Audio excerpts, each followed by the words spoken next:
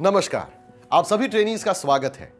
भारतीय चुनावों की पूर्ण प्रक्रिया से मैं आपका परिचय करवाऊंगा, जिसमें आप इलेक्ट्रॉनिक वोटिंग मशीन और वीवीपैट को चुनाव के लिए तैयार करने से लेकर चुनाव का नेतृत्व और अंत में वोटों की गिनती तक सभी चीजें सीखेंगे। इस प्रशिक्षण के अंत में आप सबके पास वो सारी जानकारी होगी जो उस टीम का हिस्सा बनने के लिए जरूरी है जो भारतीय चुनावों की तैयारी करते हैं और निष्पक्ष तरीके से कंडक्ट करते हैं। आप सबसे निवेदन है कि मैं जो भी आपको बताऊं उसे आप ध्यान से सुनें और समझें। इलेक्ट्रॉनिक वोटिंग मशीन यानी ईवीएम कई उम्मीदवारों में से एक का चयन करने का एक सरल तरीका है। ईवीएम के सभी वर्जन्स के दो बुनियादी हिस्से होते हैं, बैलेटिंग यूनिट यानी बीयू और कंट्रोल यूनिट यानी सीयू। और इसके अलावा ईवीएम का एक तीसरा हिस्सा भी होता है जिसे वीवीपैट यानी voter verifiable paper audit trail कहते हैं, जो ईवीएम सेटअप में एक नया एडिशन है। वीवीपैट के अपने दो हिस्से हैं, वीवीपैट प्रिंटर और उससे जुड़ी वीवीपैट स्टेटस डिस्प्ले यूनिट यानी वीएसडीयू। सीयू और वीएसडीयू को प्रिसाइडिंग ऑफिसर या पोलिंग ऑफिसर के पास रखा जाता है और वीवीपैट प्रिंटर को बीयू के साथ वोटिंग कंपार्टमेंट में रखा जाता है। ये सभी खास कैरिंग केसेस में पैक होकर आते हैं।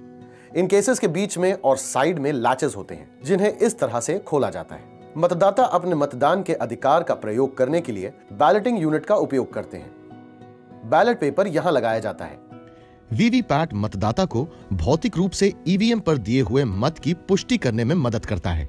वीवीपैट प्रिंटर यूनिट मतदाता द्वारा चुने गए उम्मीदवार का सीरियल नंबर, नाम और सिंबल प्रिंट करता है। वीएसडीयू वीवीपैट से संबंधित एरर एंड मैसेजेस डिस्प्ले करता है। बीयू और वीएसडीयू को वीवीपैट से तथा वीवीपैट को सीयू से केबल के माध्यम से जोड़ा जाता है।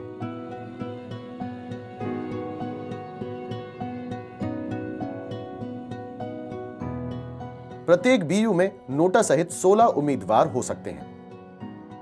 4 बीयूज को जोड़कर नोटा सहित 64 उम्मीदवारों को मतदान के लिए एक श्रृंखला में जोड़ा जा सकता है।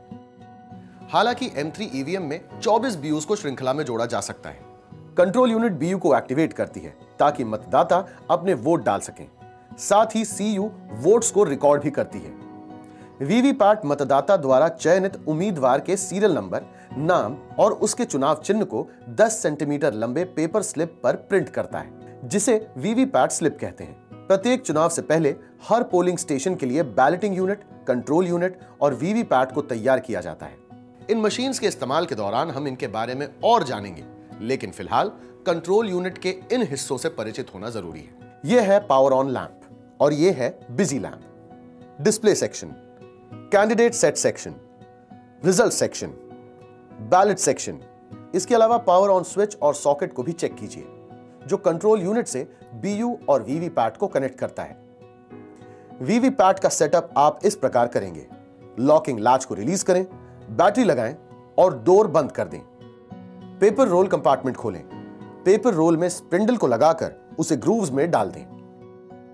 पेपर रोल के किनारे को पेपर इंसर्शन गाइड में दाखिल करें और 4 बार पेपर फीड नॉब को क्लॉकवाइज डायरेक्शन में घुमाएं। वीवीपैट प्रिंटर के केबल को सीयू से तथा बीयू और वीएसडीयू के केबल को वीवीपैट के साथ इस तरह से जोड़ें।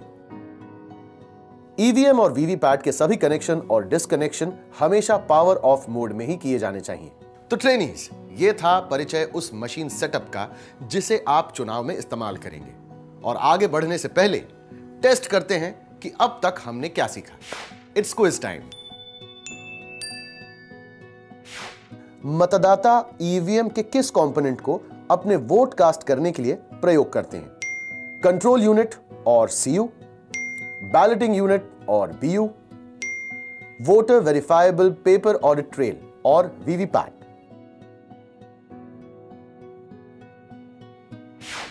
एक बीयू एक समय में कितने उम्मीदवार ले सकता है? 16, 24, 8, 12। 2006 के बाद वाले अपग्रेडेड ईवीएम में कितने बीयूज को एक श्रृंखला में जोड़ा जा सकता है? 16, 24, 8, 12।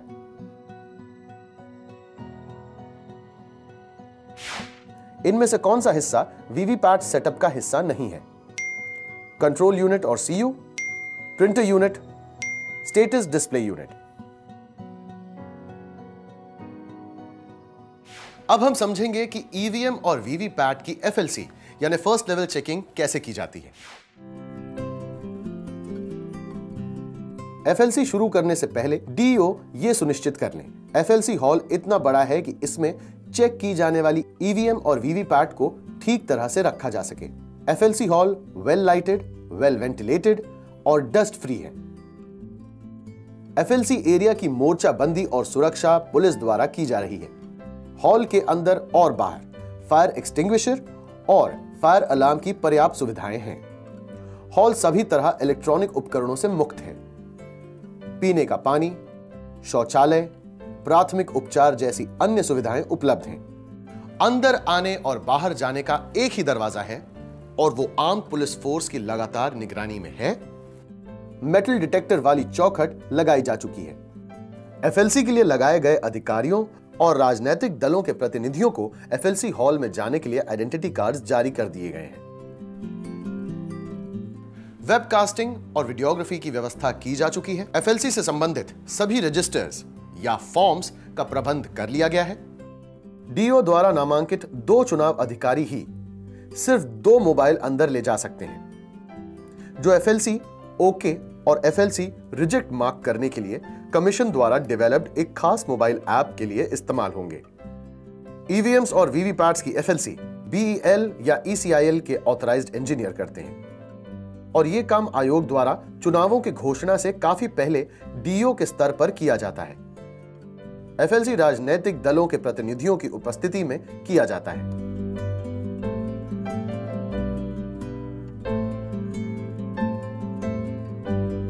एफएलसी की सभी प्रक्रिया डीईओ द्वारा नामांकित एक अधिकारी जो एडिशनल डीईओ या फिर डेप्यूटी डीईओ रैंक का हो की निगरानी में होनी चाहिए।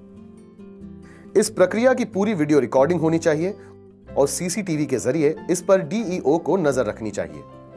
एफएलसी सुपरवाइजर एफएलसी शुरू करने से पहले डीईओ द्वारा एक सर्टिफिकेट सीईओ को भेजेंगे, जिसमें यह डिक्लेयर किया जाएगा कि सभी तैयारी ईसीआई के इंस्ट्रक्शन के अनुसार कर ली गई है। एफएलसी के दौरान बीयू, सीयू और उनके कैरिंग केसेस से सभी तरह की सील्स, स्टिकर्स और मार्किंग्स को हटाना, बीयू से बैलेट शीट और सीयू से पुराने डेटा को क्लियर करना, सभी बटन्स, कनेक्टर्स, डिस्प्ले और डोर्स आदि को चेक करना एवं चढ़म मतदान आदि किया जाता है।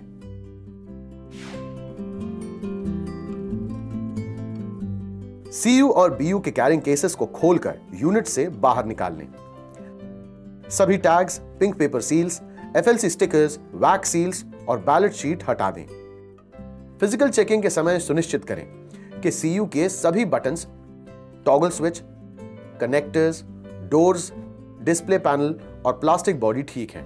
इसी प्रकार बीयू के सभी connecting cables, connectors, latches, flaps, slide switches और प्लास्टिक बॉडी ठीक है। बीईएल और ईसीआईएल के इंजीनियर्स एनेक्चर 5 में सर्टिफाई करेंगे कि ईवीएम के सभी कंपोनेंट्स असली हैं। सीयू का बैटरी कंपार्टमेंट खोलें। पावर पैक कनेक्टर को सीयू के प्लग के साथ अलाइन करें और पावर पैक को दबाकर इंसर्ट करें।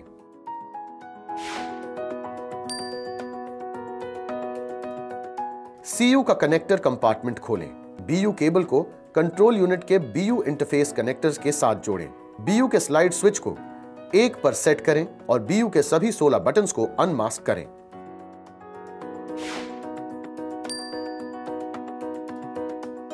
ईवीएम को स्विच ऑन करें।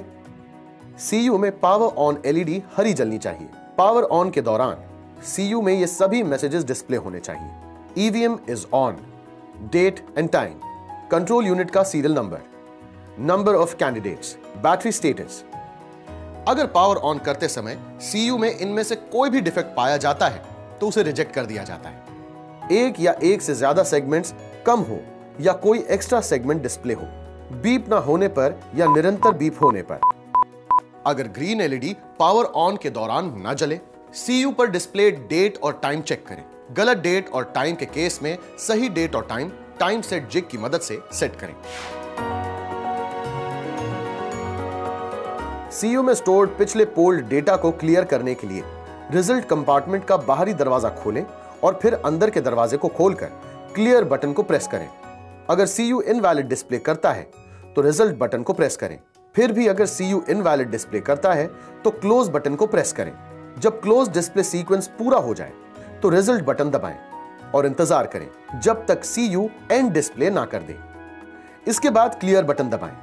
क्लियर ऑपरेशन के दौरान ध्यान दें कि CU सभी उम्मीदवारों के लिए 0 वोट्स डिस्प्ले करें।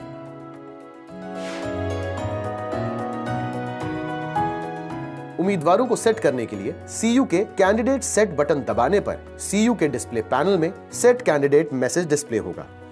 16 उम्मीदवारों को सेट करने के लिए BU में 16वें बटन को दबाएं।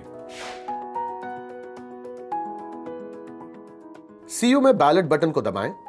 CU में बिजी LED लाल जलेगी और BU में रेडी LED हरी। BU में पहले उम्मीदवार का बटन दबाएं। ध्यान दें कि बटन के साइड वाली रेड LED बल्ब जलनी चाहिए। बीप सुनाई देगी। ध्यान दें कि CU में बिजी LED बल्ब और BU में रेडी लैंप ऑफ हो जानी चाहिए। इस प्रक्रिया को BU के सभी 16 उम्मीदवारों के बटन्स के लिए दोहराएं। इसके बाद टोटल बटन दबाएं। चेक करें कि CU डिस्प्ले में टोटल नंबर ऑफ कैंडिडेट्स और टोटल वोट्स 16 हों। इसके बाद क्लोज बटन दबाएं। CU पोल क्लोज डिस्प्ले करेगा। इसके बाद रिजल्ट बटन को दबाएं और प्रत्येक उम्मीदवार के दिए गए वोट्स पर ध्यान दें।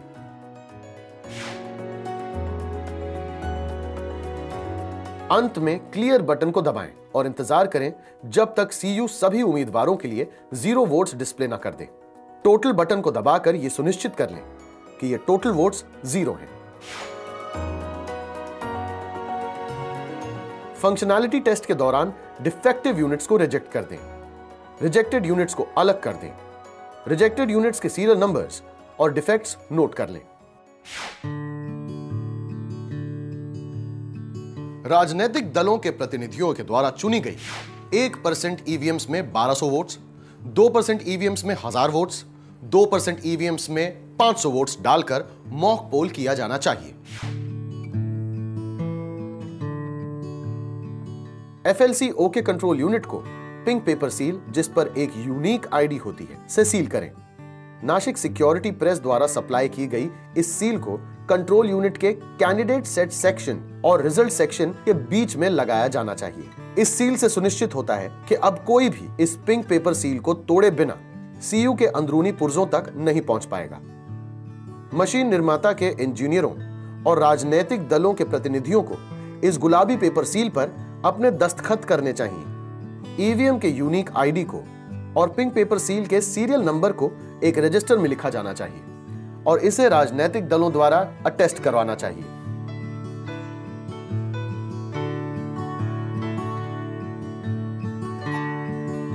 इस रजिस्टर की एक फोटोकॉपी देकर राष्ट्रीय और राज्य स्तर के सभी राजनीतिक दलों से कैंडिडेट सेटिंग के वक्त मौजूद सभी उम्मीदवारों से उसकी रसीद ली जानी चाहिए। यह रजिस्टर मतगणना के समय उपलब्ध होना चाहिए। FLC में ठीक पाई गई BU और CU की बैक साइड पर हरे रंग का FLC OK स्टिकर चिपकाएं। CU और BU का सीरियल नंबर रिकॉर्ड करके FLC स्टिकर पर सिग्नेचर करें। लाल रंग का FLC फेल स्टिकर खराब CU और BU के पीछे लगाएं। इन CU और BU का सीरियल नंबर रिकॉर्ड करके FLC स्टिकर पर सिग्नेचर करें। सभी डिफेक्टिव यूनिट्स को एक लिस्ट में कंसोलिडेट करके FLC इंचार्ज को सबमिट करें। वीवीपैट का FLC EVM की FLC के साथ या उससे पहले किया जाना चाहिए।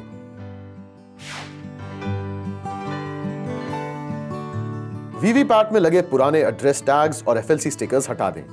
बैलेट स्लिप कंपार्टमेंट को खोलें और चेक करें कि अंदर कोई बैलेट स्लिप ना हो।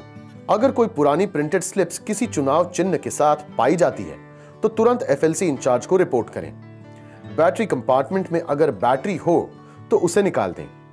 सभी लैचेस, स्विचेस और कनेक्टर्स को चेक कर लें। FLC के लिए नई बैटरी को बैटरी कंपार्टमेंट में इस तरह लगाएं। वीवीपैट के बैटरी कंपार्टमेंट को दोनों लैचेस दबाकर और दरवाजे को बाहर खींचकर खोलें। बैटरी कंपार्टमेंट के अंदर बैटरी प्लग होगा। बैटरी को बैटरी प्लग में लगाएं। बैटरी कंपार्टमेंट डोर को बंद करें। साइड लैचेस को खोलकर और टॉप कवर को उठाकर पेपर रोल कंपार्टमेंट को खोलें। स्पिंडल को निकालकर उसमें थर्मल पेपर रोल को लगाएं और स्पिंडल को अपनी पोजीशन में वापस लगाएं। थर्मल पेपर रोल के छोर को गाइड पेपर एंट्री में लगाएं। सुनिश्चित कर लें कि प्लेन पेपर ऊपर हो और प्रिंटेड बैंड पेपर के निचले सरफेस पे हो। पेपर को स्लॉट में डालें और पेपर फीड को क्लॉकवाइज घुमाएं।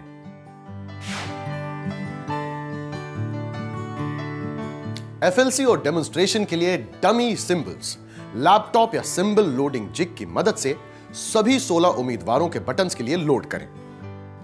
सिंबल लोडिंग मैन्युफैक्चरर्स के ऑथराइज्ड इंजीनियर्स द्वारा की जाती है। इसके बाद सीयू, बीयू और वीवीपैट को केबल्स के माध्यम से जोड़ें। टेस्टिंग के लिए वीवीपैट में 16 डमी सिंबल्स लोडेड होने चाहिए।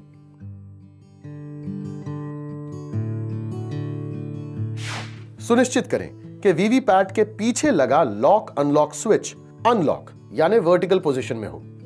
सीयू को स्विच ऑन करें।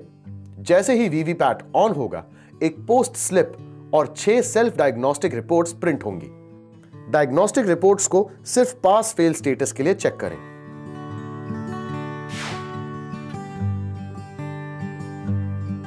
मॉक पोल शुरू करने से पहले प्रत्येक सेंसर का स्टेटस जांच लें।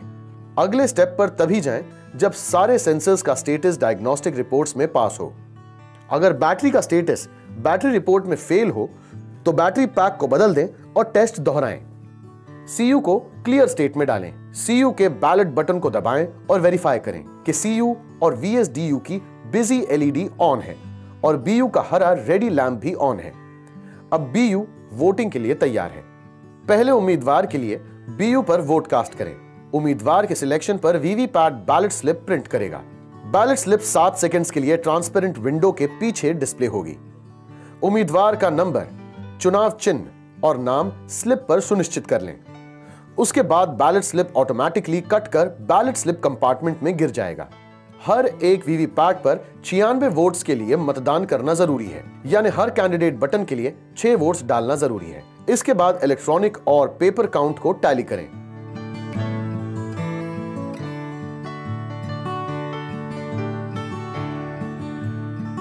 अब सीयू का क्लियर बटन दबाकर सभी रिकॉर्ड्स मिटा दें। टोटल बटन दबाने पर 0 डिस्प्ले होना चाहिए। अगर मॉक पोल के दौरान टोटल की दबाने पर सीयू पर डिस्प्लेड टोटल वोट्स कास्ट हुए वोट्स के बराबर हों तो वीवीपैट एफएलसी ओके है।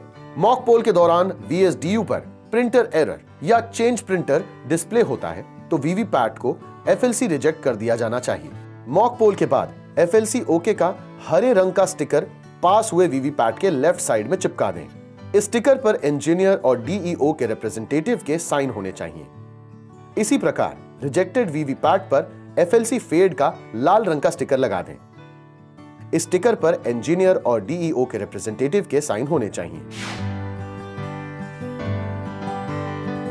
1% वीवीपैट्स को 64 कैंडिडेट्स के लिए 1 सीयू, 4 बीयू और 1 वीएसडीयू के साथ उसी प्रक्रिया के साथ 64 वोट डालकर मॉक पोल टेस्ट करें, यानी हर एक कैंडिडेट को कम से कम 1 वोट डालें। इंजीनियर्स द्वारा पूरे किए गए सभी बीयूज, सीयूज और वीवीपैट्स के एफएलसी स्टेटस को रोजाना ईटीएस में shifting FLC randomisation mobile app द्वारा अपडेट किया जाना चाहिए।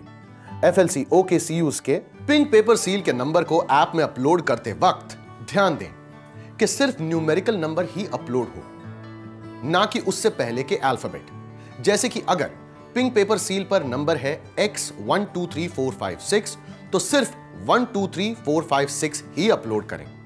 वीवीपैट्स के केस में बॉक्स नंबर हमेशा 0 होगा।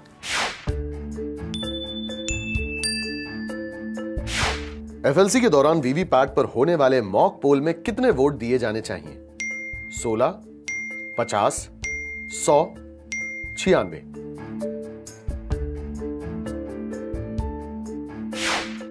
एफएलसी के बाद ईवीएम के कंट्रोल यूनिट को किससे सील किया जाना चाहिए? नासिक सिक्योरिटी प्रेस की pink paper seal, Nashik security press की ब्लू पेपर सील, सूरत सिक्योरिटी प्रेस की पिंक पेपर सील या सूरत सिक्योरिटी प्रेस की ग्रीन पेपर सील।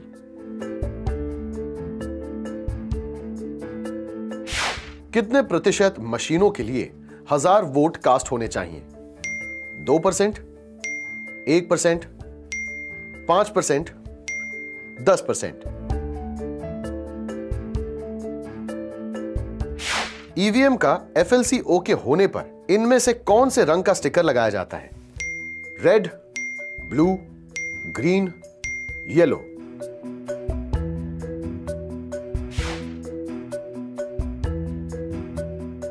ईवीएम और वीवीपैट का रैंडमाइजेशंस केवल ETS यानी ईवीएम ट्रैकिंग सॉफ्टवेयर में किया जाता है।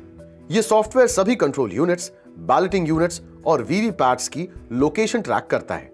इस सॉफ्टवेयर को CEO या DEO या वेयर हाउस इंचार्ज और ECI एडमिन लेवल्स पर इस्तेमाल किया जाता है।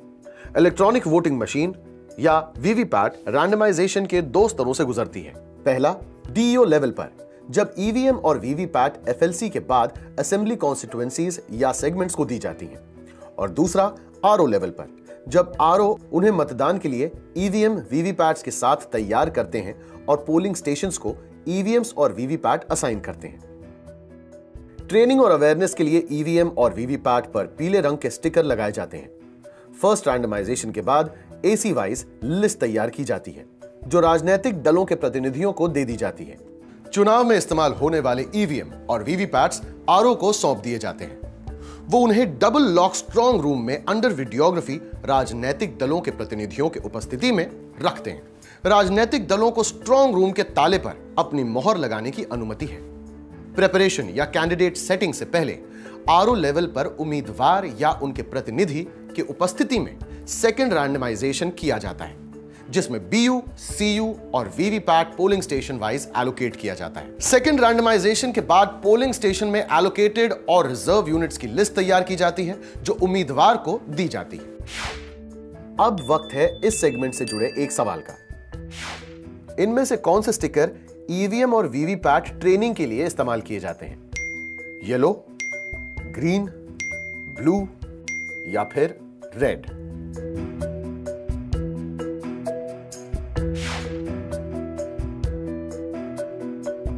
ईवीएम और वीवीपैट्स को कैंडिडेट्स के नाम फाइनल होने के बाद पोलिंग के लिए तैयार किया जाता है।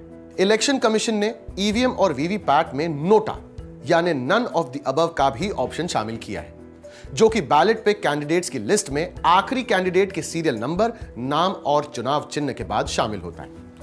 RO स्तर पर ईवीएम और वीवीपैट को पोलिंग के लिए तैयार करने की प्रक्रिया फिर से एक बड़े हॉल में की जाती है। इस प्रक्रिया में उम्मीदवार या उनके एजेंट के अलावा कमीशन से एक ऑब्जर्वर शामिल होते हैं, जिन्हें पूरी सुरक्षा प्रक्रियाओं से गुजरना होता है।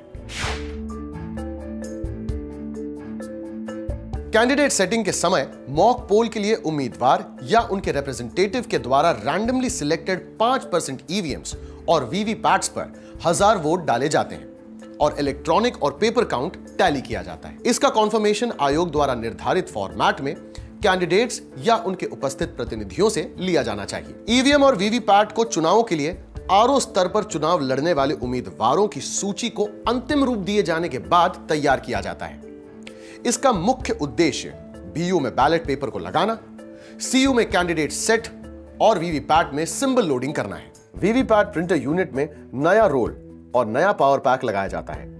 BEL या ECIL के अधिकृत इंजीनियर्स उम्मीदवारों की क्रम संख्याओं, नामों और चुनाव चिन्हों को वीवीपैट में अपलोड करते हैं। इनमें अंतिम क्रम संख्या पर नोटा का पूरा नाम यानी नन ऑफ द अबव भी शामिल किया जाता है। बैलेटिंग यूनिट का फ्रंट डोर कवर खोलने के लिए लैचेस को पीछे की तरफ पुश करें और कवर को उठा दें। अब उसी तरह से फ्रंट कवर के पीछे के दोनों लैचेस को पुश करें, जिससे बैलेट पेपर स्क्रीन खुल जाएगा। यहां पे बैलेट पेपर को लगाते वक्त यह सुनिश्चित कर लें कि 2 कैंडिडेट के बीच की पार्टीशन लाइन BU कवर के ग्रूव्स में सही तरह से अलाइन है। अब स्क्रीन बंद करके एड्रेस टैग लगाकर इसे सील कर दें। एक से ज्यादा बैलेटिंग यूनिट के इस्तेमाल होने पर आपको दूसरे बैलेटिंग यूनिट्स को इस कनेक्टर से जोड़ना होगा। अतिरिक्त बटन जिस पे किसी उम्मीदवार का नाम नहीं है, उन्हें मास्क कर दें। अब उम्मीदवारों की संख्या के अनुसार स्लाइड स्विच की पोजीशन सेट कर दें। उम्मीदवार संख्या 1 से 16 के लिए स्लाइड स्विच की पोजीशन BU1 पर 1 होगी। उम्मीदवार संख्या 17 से 32 के लिए स्लाइड स्विच की पोजीशन BU1 पर 1 होगी और BU2 पर 2 होगी। उम्मीदवार संख्या 33 से 48 के लिए स्लाइड स्विच की पोजीशन BU1 पर 1 और BU2 पर 2 और BU3 पर 3 होगी। उम्मीदवार संख्या 49 से 64 के लिए स्लाइड स्विच की पोजीशन BU1 पर 1, BU2 पर 2, BU3 पर 3 और BU4 पर 4 होगी। इसके बाद BEL या ECIL इंजीनियर्स ये सर्टिफाई करते हैं कि BU के सभी कंपोनेंट्स ओरिजिनल हैं। इसके बाद आप बैलेटिंग यूनिट के कवर को बंद कर दें और यूनिट्स को एड्रेस टैग से दोनों लैचेस को सील कर दें। उसके बाद सारे BUs को नासिक सिक्योरिटी प्रेस द्वारा सप्लाई की हुई पिंक पेपर सील से 16वें स्थान के उम्मीदवार के ठीक नीचे ऐसे सील करें कि उम्मीदवार का सीरियल नंबर, नाम और चुनाव चिन्ह न ढके। यह सील सुनिश्चित करता है कि बिना पिंक पेपर सील को तोड़े कोई भी BU के अंदरूनी हिस्से के साथ किसी प्रकार की छेड़छाड़ ना कर सके। उसके बाद इस पिंक स्लिप पर इंजीनियर्स और उम्मीदवार या उनके रिप्रेजेंटेटिव अपना हस्ताक्षर करेंगे। अब कंट्रोल यूनिट में नया पावर पैक लगा दें और पिछले हिस्से का कंपार्टमेंट खोलकर BU का कनेक्टर केबल कनेक्ट करें। फिर मौजूद स्विच से पावर ऑन कर दें। अब कैंडिडेट सेट वाले हिस्से को खोलकर कैंडिडेट सेट बटन दबा दें। ऐसा करते ही सेट कैंडिडेट फ्लैश होने लगेगा और साथ ही एक बीप की आवाज आएगी। अब BU पे मौजूद आखिरी कैंडिडेट नोटा वाला ब्लू बटन दबा दें। अगर उम्मीदवारों की संख्या नोटा को मिलाकर 5 है तो डिस्प्ले पर कैंडिडेट्स 5 लिखा आएगा और क्रमशः यह डिस्प्ले उम्मीदवारों की संख्या के अनुसार बढ़ता रहेगा। अगर डिस्प्ले पे इनवैलिड लिखा आए तो इसका मतलब है कि मशीन में पहले से डेटा मौजूद है। ऐसी स्थिति में क्लोज बटन को दबाएं और तब तक इंतजार करें जब तक डिस्प्ले पे पोल क्लोज लिखा न आए। अब रिजल्ट बटन को दबाइए और तब तक इंतजार कीजिए जब तक एंड डिस्प्ले ना हो। फिर क्लियर बटन को दबाइए और तब तक इंतजार कीजिए जब तक एंड डिस्प्ले ना हो। उसके बाद कैंडिडेट सेट की प्रक्रिया को पहले बताए गए प्रक्रिया से दोबारा करें। अब CU पे उम्मीदवार सेट हो गए हैं। ठीक ऐसे ही अगर डिस्प्ले पर लिंक एरर 1 लिखकर आता है तो इसका मतलब है कि आपने BU को कनेक्टर से ठीक से कनेक्ट किए बिना ही कैंडिडेट सेट बटन दबा दिया है।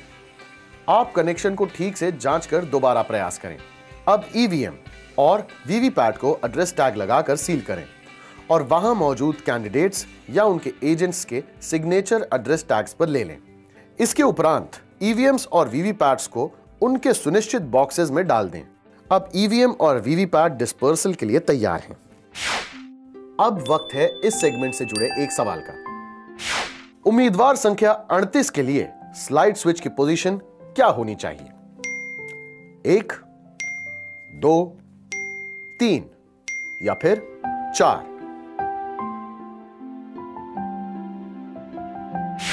मान लीजिए कि आप अपने मतदान केंद्र में प्रिसाइडिंग अधिकारी हैं।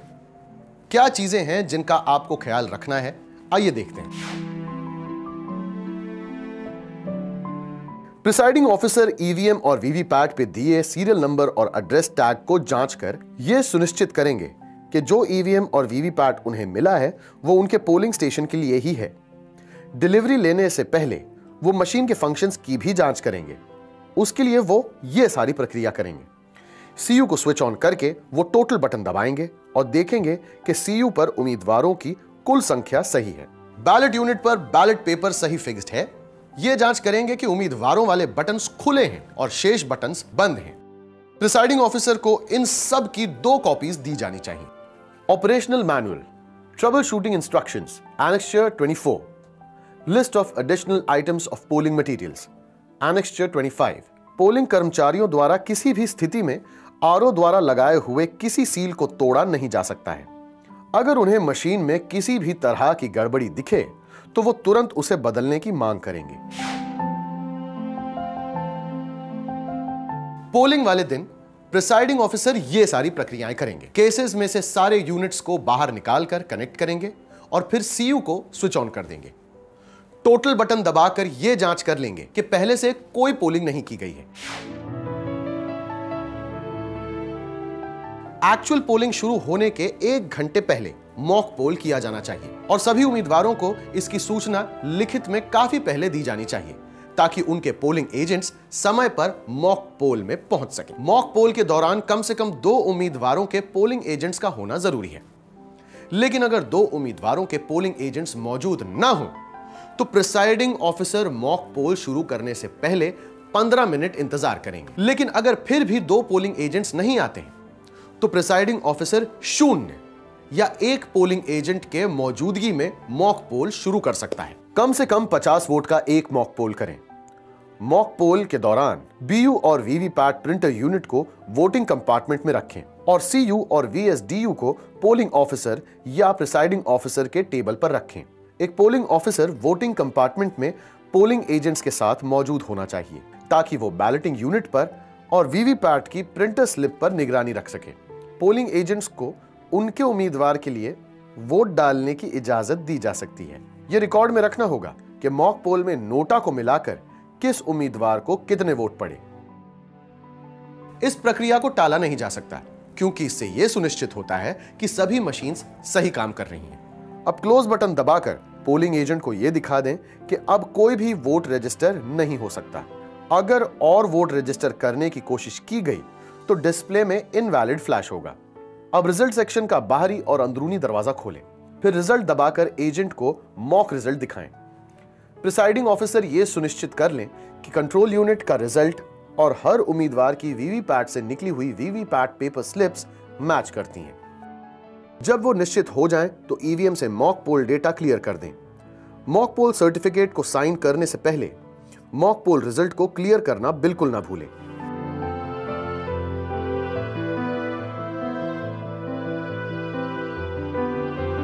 प्रिसाइडिंग ऑफिसर से यह इंश्योर कर लें कि एक्चुअल पोल से पहले सीयू का सभी डेटा मिटा दिया गया है और वीवीपैट का ड्रॉप बॉक्स खाली कर दिया गया है। आरओ का काम है कि वो मॉक पोल और उसके स्टेटस पर भी नजर रखें। इस प्रक्रिया में जहां माइक्रो ऑब्जर्वर अपॉइंटेड है वहां उसका मॉक पोल में होना जरूरी है और सारी प्रक्रियाओं का वीडियो रिकॉर्डिंग करना अनिवार्य है।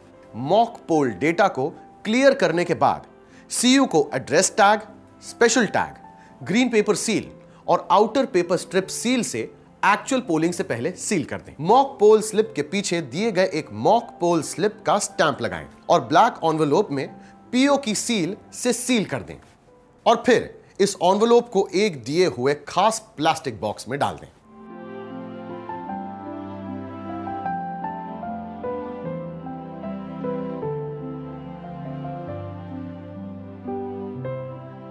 इस बॉक्स के ऊपर पोलिंग स्टेशन का नाम और नंबर और असेंबली कॉन्स्टिट्यूएंसी का नाम और नंबर पोल की डेट के साथ लिखा होना चाहिए। इस बॉक्स को पिंक पेपर सील से सील कर दें। प्रिसाइडिंग ऑफिसर और पोलिंग ऑफिसर्स इस सील पर अपने दस्तखत करेंगे। इस बॉक्स को चुनाव से जुड़े बाकी सभी डॉक्यूमेंट्स के साथ आरओ के पास रख दें।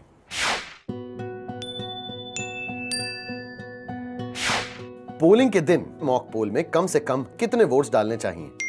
100, 500, 25 या 50?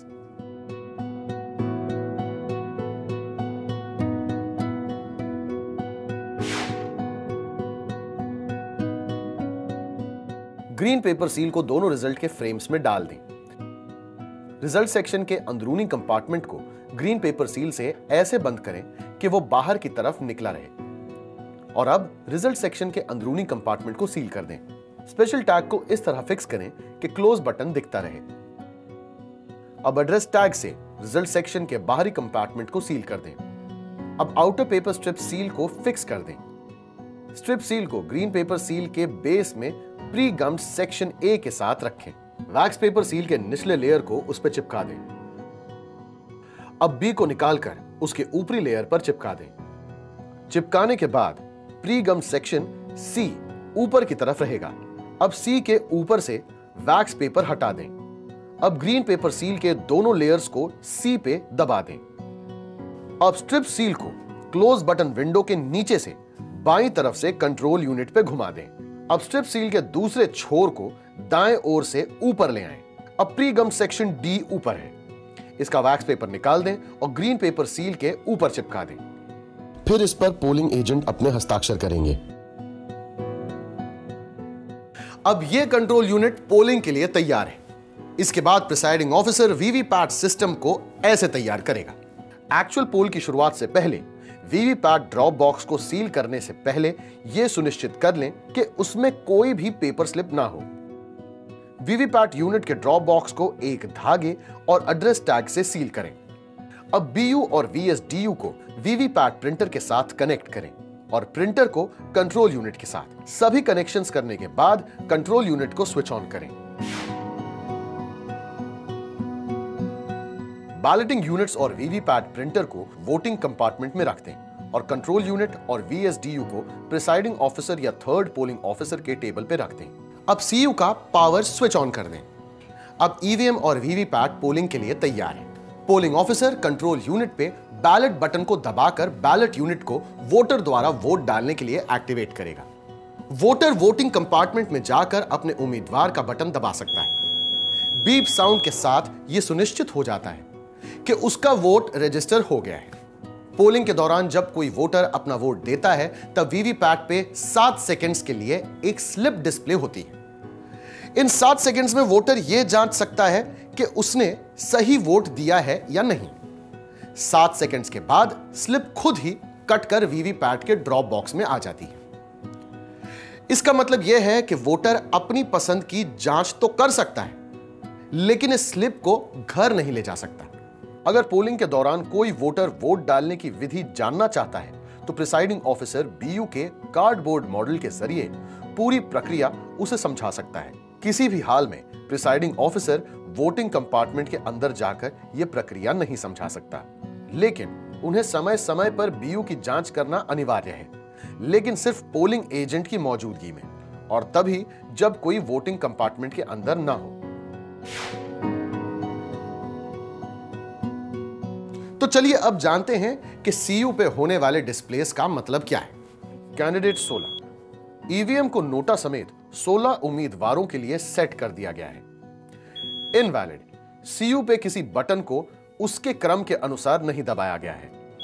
फुल इसका मतलब है कि ईवीएम में उसके अधिकतम संख्या के वोट डाले जा चुके हैं। यह अधिकतम संख्या है 2000 वोट्स। बैटरी हाई, मीडियम, लो यह स्वयं समझा जा सकता है। सीरियल नंबर E00001 यह सीयू का यूनिक सीरियल नंबर है। कंप्यूटिंग रिजल्ट मतलब वोट्स की गिनती हो रही है। PST एंड PET मतलब poll starting time and poll end time. PDT मतलब poll date and time. Candidate 06:236 मतलब कैंडिडेट नंबर 6 को 236 वोट्स मिले हैं। प्रिंटिंग मतलब प्रिंटिंग चालू है। क्लॉक एरर मतलब RTC real time clock time and date में कुछ गड़बड़ी है। अगर डिस्प्ले में लिंक एरर 1 आ जाता है तो इसका मतलब है कि केबल को सीयू या स्लाइड के साथ ठीक से नहीं जोड़ा है। स्विच पोजीशन अपने सही संख्या पे नहीं है। Units are not cascaded in the right sequence.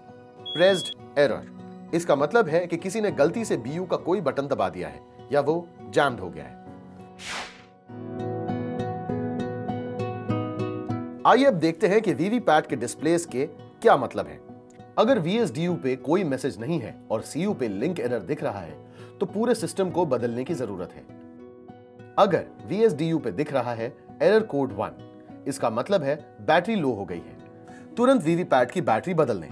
Error code 2 दर्शाता है प्रिंटिंग की गड़बड़ी। इस स्थिति में आपको वीवीपैट यूनिट बदलना पड़ सकता है। अगर सीयू में बैलेट की दबाने पर वीएसडीयू में एरर कोड 2 डिस्प्ले होता है तो सीयू को स्विच ऑफ कर दें। एरर कोड को टेस्ट फॉर्मेट में नोट डाउन करें। Printer error 2.1 abnormal head temperature, printer error 2.3, printer timeout error, printer error 2.4, printer low voltage error, printer error 2.5, printer incorrect command error, printer error 2.6, cutter error, printer error 2.7, fall error, printer error 2.8, printer memory error, printer error 2.9, contrast error, printer error 2.10, length error, printer error 2.12, plate open error, printer error 2.13, no paper error, printer error 2.14, deplete error। याद रहे, VVPAT की unit बदलनी हो या VVPAT की battery बदलनी हो या केबल्स जोड़ने की प्रक्रिया है, यह सब करने से पहले सीयू को स्विच ऑफ करना जरूरी है। पोलिंग खत्म होते ही अपनी चेकलिस्ट तैयार करनी चाहिए। वीवीपैट से जुड़ी अतिरिक्त सामग्रियों की यह चेकलिस्ट पोलिंग पार्टी को उपलब्ध करानी चाहिए। एक voter verifiable paper audit trail, VVPAT, एक VVPAT status display unit, VSDU, VVPAT printer unit के लिए एक extra power pack, VVPAT system के लिए एक कैरिंग केस, काले मोटे कागज से बने 2 लिफाफे जिनमें मॉक पोल की प्रिंटेड पेपर स्लिप सील की जा सके। कागज के काले लिफाफों को सील करने के लिए एक प्लास्टिक बॉक्स, प्लास्टिक बॉक्स को सील करने के लिए 2 pink paper seal. Conduct of election rules के नियम 49MA के तहत मतदाता द्वारा उद्घोषणा हेतु फॉर्म की 10 कॉपीज। अगर किसी भी कारण से किसी पोलिंग स्टेशन पे CU या BU को बदलना पड़ जाए तो पूरा सेट यानी CU, सभी BUs तथा वीवीपैट को रिप्लेस किया जाना चाहिए। इसके बाद मॉक पोल कंडक्ट किया जाएगा। मॉक पोल के दौरान नोटा सहित हर एक कैंडिडेट के लिए एक वोट कास्ट किया जाएगा। वीवीपैट के खराब होने पर केवल वीवीपैट बदलना चाहिए। पोल के समय केवल वीवीपैट रिप्लेसमेंट के बाद मॉक पोल नहीं करना है।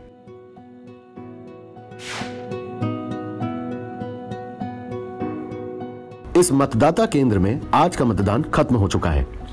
मतदान खत्म होने के बाद क्लोज बटन पर लगी कैप को हटाएं और इसे दबाएं। कंट्रोल यूनिट पर अब बैटरी की स्थिति, नोटा सहित उम्मीदवारों की कुल संख्या, PST, PET और डाली गई कुल वोटों की संख्या जैसे संदेश आएंगे। इस दौरान एक दिक्कत आ सकती है।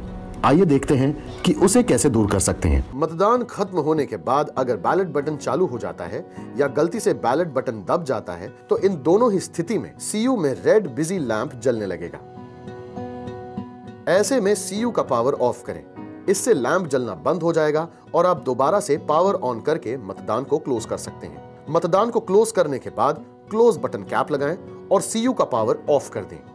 इसके बाद CU, BU और वीवीपैट के केबल्स को डिस्कनेक्ट कर सकते हैं। फिर CU, BU, वीवीपैट और VSDU को उनके कैरिंग केसेस में पैक कर दें। फिर इन केसेस को सील कर दें और उस पे एड्रेस टैग लगा दें। इन एड्रेस टैग्स पर उपस्थित पोलिंग एजेंट्स के हस्ताक्षर लेना ना भूलें। काउंटिंग के दौरान सिर्फ CUs की जरूरत पड़ती है। BUs को काउंटिंग हॉल में ले जाने की जरूरत नहीं होती। CU से रिजल्ट देखने से पहले CU का unique ID number, pink paper seal का यूनिक ID नंबर और ग्रीन पेपर सील का यूनिक ID नंबर रिकॉर्ड से सुनिश्चित कर लें और उपस्थित काउंटिंग एजेंट्स को दिखा दें। मतों की गिनती के लिए रिजल्ट सेक्शन के बाहरी सील को खोला जाता है।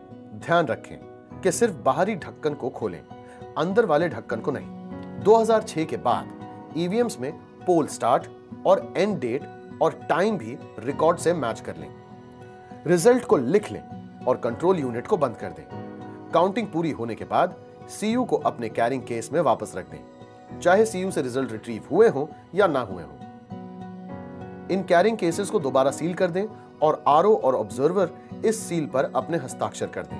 यदि CU पर रिजल्ट डिस्प्ले नहीं होता तो उसके साथ लगे वीवीपैट के प्रिंटेड पेपर स्लिप्स की गिनती की जाएगी। इन कंट्रोल यूनिट्स को फिर स्ट्रांग रूम में वापस रख दें।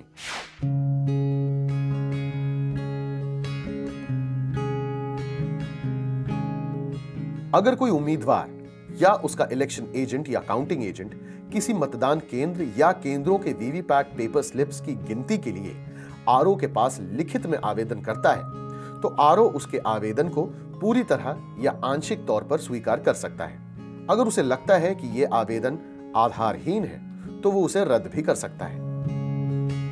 RO लिखित में एक स्पीकिंग ऑर्डर पास करेगा कि प्रिंटेड पेपर स्लिप्स की गिनती की जानी है या नहीं।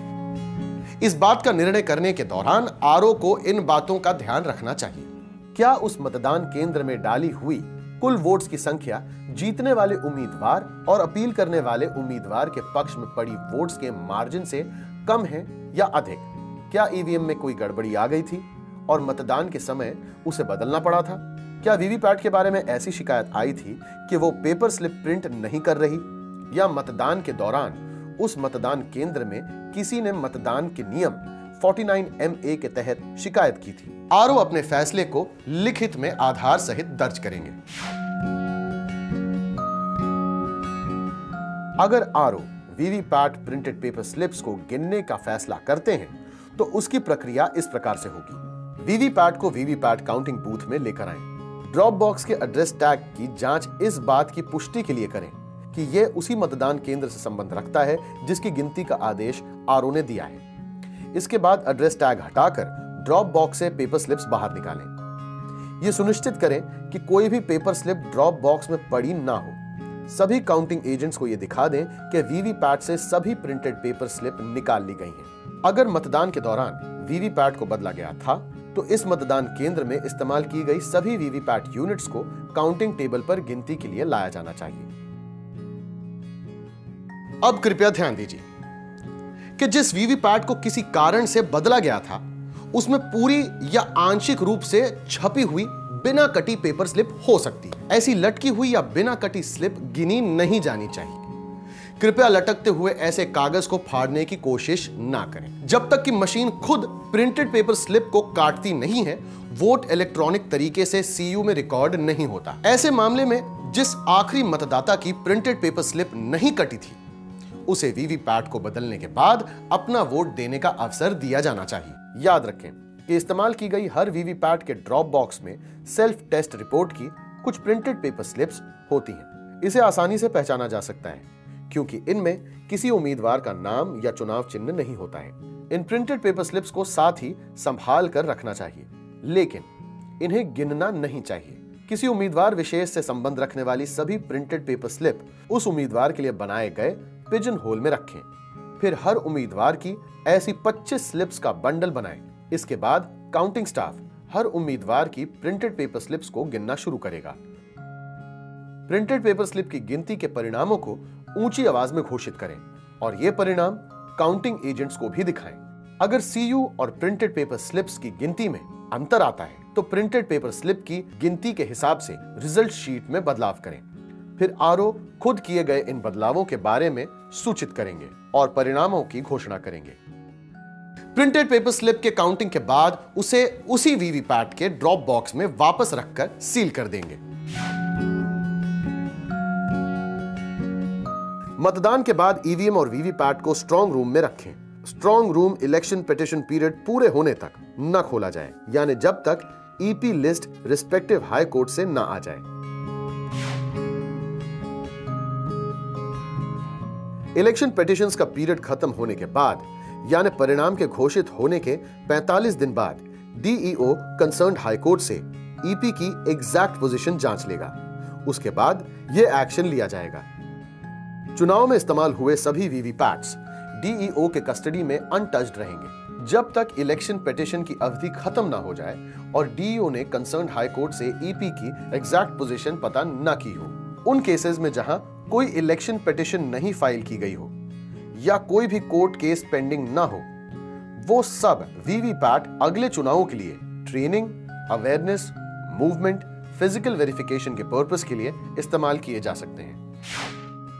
अब आइए हम एक नजर डालते हैं ईवीएम के कुछ महत्वपूर्ण डूज एंड डोंट्स पर। इस्तेमाल से पहले ईवीएम के कामकाज को ध्यान से समझें। ईवीएम को गर्मी, धूल, बारिश, आग और दूसरे खतरों से बचाएं। यह सुनिश्चित करें कि बीयू, सीयू और वीवीपैट उस सतह पर ठीक से टिकी है जिस पर उन्हें रखा गया है। सुनिश्चित करें कि केबल सीयू में ठीक से लगी है। केबल सिर्फ एक दिशा में ही लग सकती है। लैच और हिंज पर ज्यादा दबाव ना डालें। सीलिंग के दौरान मशीन्स पर पिघला हुआ लाख या मोम न गिरने दें। जब तक कंट्रोल यूनिट या वीवीपैट काउंटिंग टेबल पर न पहुंच जाए, किसी भी सील को न हटाएं। काउंटिंग के बाद पावर पैक और पेपर रोल्स को ईवीएम और वीवीपैट से न निकाला जाए। मशीन्स को आपस में जोड़ने वाले केबल को कनेक्टर के हुड पे लगी स्प्रिंग टाइप क्लिप्स को दबाए बिना न खींचें। सबसे महत्वपूर्ण यह है कि हमेशा यह सुनिश्चित करें कि ईवीएम की निगरानी होती रहे। और ना करने वाली सबसे जरूरी बात यह है कि किसी भी स्थिति में किसी भी स्तर पर ना तो मशीन को खोलने की कोशिश करें और ना ही इसकी बाहरी और भीतरी सील के साथ कोई छेड़छाड़ करें। मशीन को सुधारने की कोशिश बिल्कुल नहीं करनी चाहिए। इसकी सख्त मनाही है। आइए अब इसकी यात्रा पर कुछ खास नजर डालें। इस यात्रा की शुरुआत होती है एफएलसी या फर्स्ट लेवल चेकिंग से। यहीं पर ईवीएम और वीवीपैट में मौजूद सभी पुराने आंकड़ों को मिटाया जाता है। यहीं पर पहले मॉक पोल भी किया जाता है। सीयू पर पिंक पेपर सील भी लगाया जाता है ताकि सील तोड़े बिना कोई भी सीयू के भीतरी हिस्से तक ना पहुंच सके। एफएलसी के बाद फर्स्ट रैंडमाइजेशन होता है, जिसमें ईवीएम और वीवीपैट का असेंबली कॉन्स्टिट्यूएंसी वाइज एलोकेशन होता है।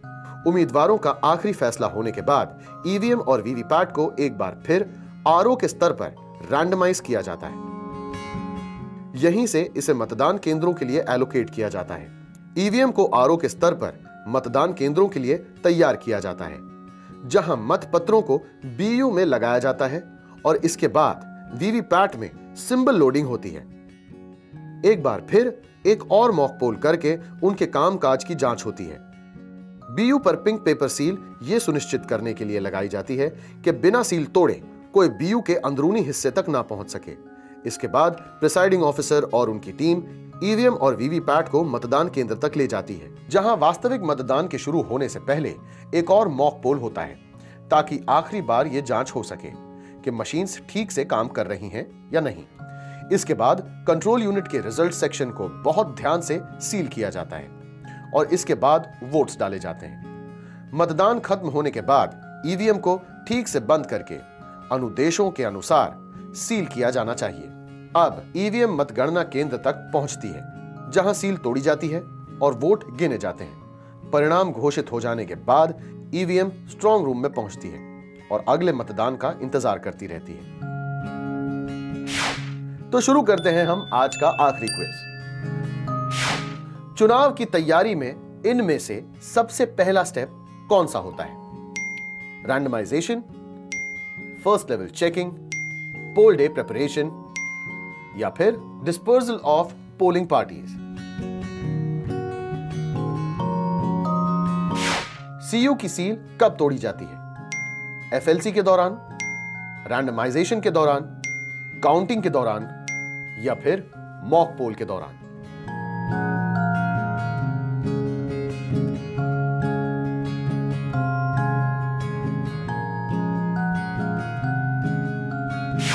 मुझे उम्मीद है कि आप इन सारी प्रक्रियाओं को अच्छे से समझ चुके हैं, लेकिन अगर आपको कभी भी कोई भी डाउट हो तो आप इस सेशन के तुरंत बाद अपने ट्रेनिंग ऑफिसर से उसे क्लियर कर लें। नमस्कार।